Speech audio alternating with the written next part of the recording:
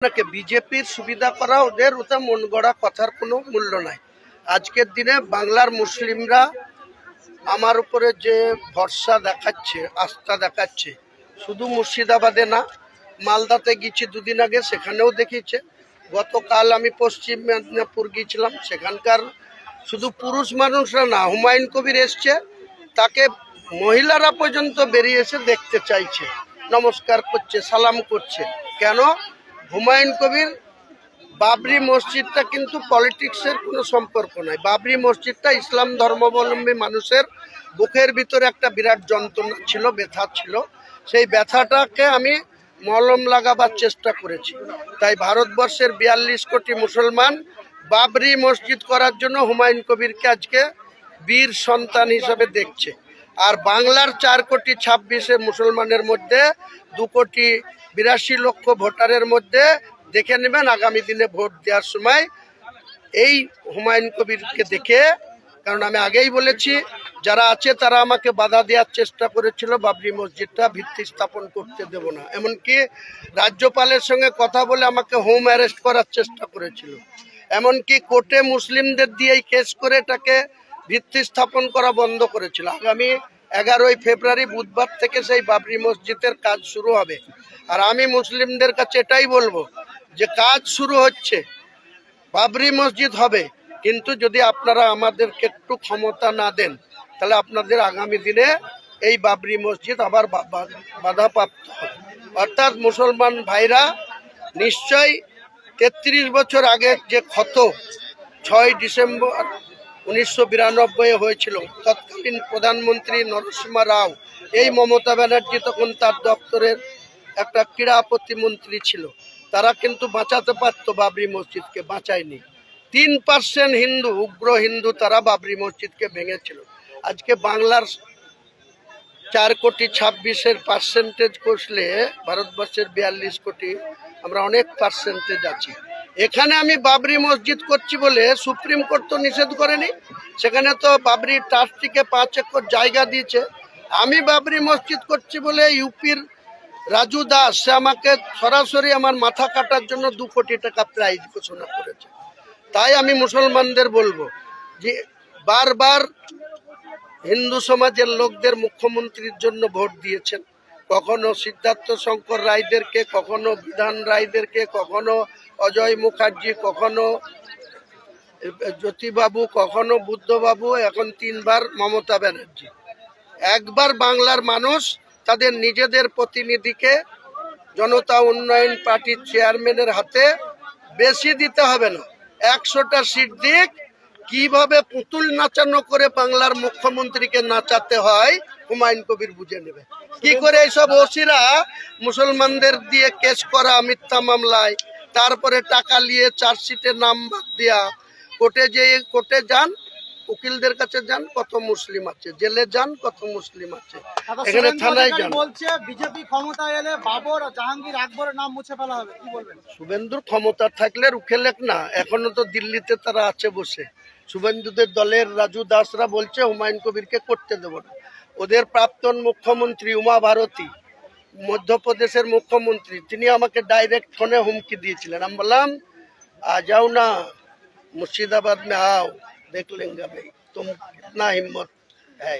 সাগরদিঘিতে তাপবিদ্যুৎ কেন্দ্র থাকলে সাগরদিঘির পরিযায়ী শ্রমিকরা উড়িষ্যায় মার খাচ্ছে, কিন্তু উড়িষ্যার প্রায় ১৫,০০০ পরিযায়ী শ্রমিক সাগরদিঘিতে কাজ করছে।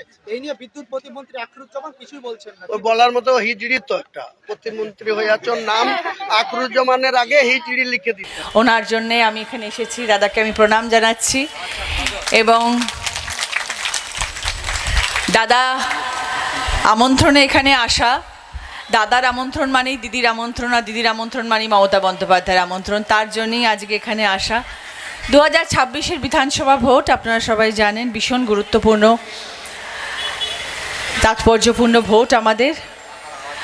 আমরা এখানে একত্রিত হয়েছি সবাই, পুরো তৃণমূল কংগ্রেসের কর্মীরা, আজকে মঞ্চে যারা সবাই আছেন, সবাই আমরা আমাদের সব জেলার সব মানুষ একত্রিত হয়ে মাঠে নেমে পড়েছি সবাইকে এই বার্তা পৌঁছানোর জন্যে যে কেন আপনারা তৃণমূল কংগ্রেসের পাশে থাকবেন। আপনারা জানেন, আপনারা সবাই বোঝেন, মানুষ মানুষকে বোকা বানানো এত সহজ নয়। মানুষ এখন বোঝেন, মানুষ জানেন।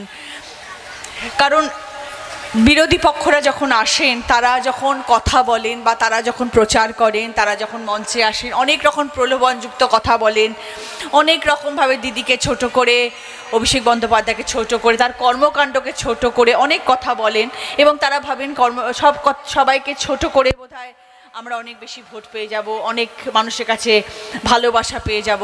কিন্তু সেইভাবে কিন্তু ভোট পাওয়া যায় না।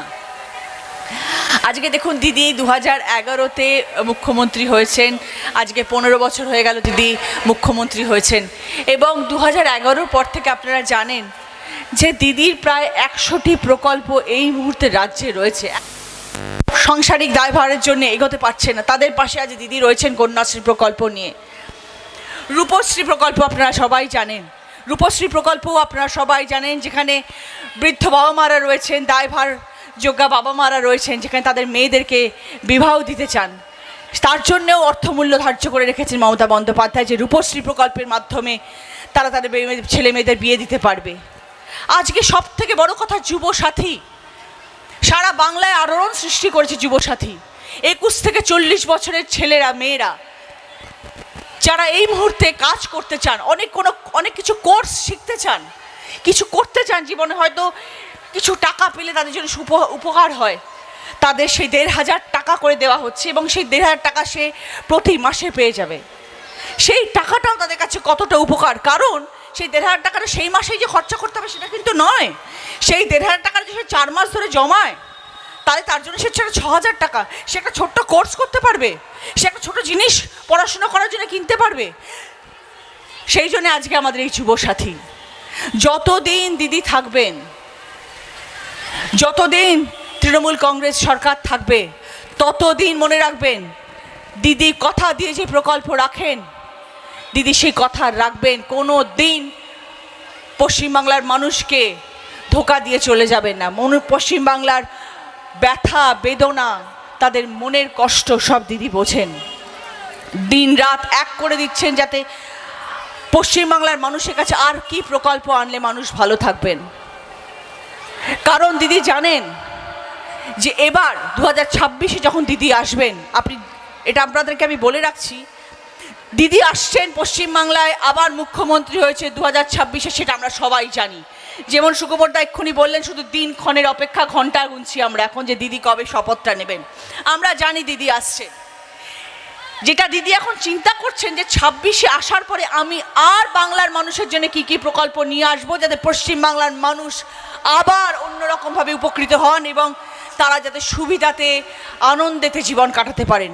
তিনি তার কালীঘাটের বাড়িতে বসে শুধু এইটা চিন্তা করছেন যে আমার 2026-এ মানুষের পাশে আমি আর কি কি উপকার নিয়ে আসতে পারি, মানুষের পাশে কিভাবে থাকতে পারি। এটাই হচ্ছে আমাদের পশ্চিমবাংলার সরকার, এটাই হচ্ছে তৃণমূল কংগ্রেসের সরকার, এটাই হচ্ছে মমতা বন্দ্যোপাধ্যায় আমাদের মাননীয় মুখ্যমন্ত্রীর কথা। আমরা ধর্ম নিয়ে রাজনীতি করি না, আমাদের ধর্ম অনেক। এখানে আপনারা যারা এত মানুষ বসে আছেন, আমি কিন্তু কখনো আপনাদেরকে জিজ্ঞেস করবো ভাই আপনি কে হিন্দু, আপনারা এখানে কে মুসলমান, কে এখানে জৈন, কে এখানে আদিবাসী, কিচ্ছু নয়। সবার উপরে মানুষ, সত্য তাহার উপরে নাই। আমরা সবাই মানুষ, সেটা হচ্ছে সব থেকে বড় কথা।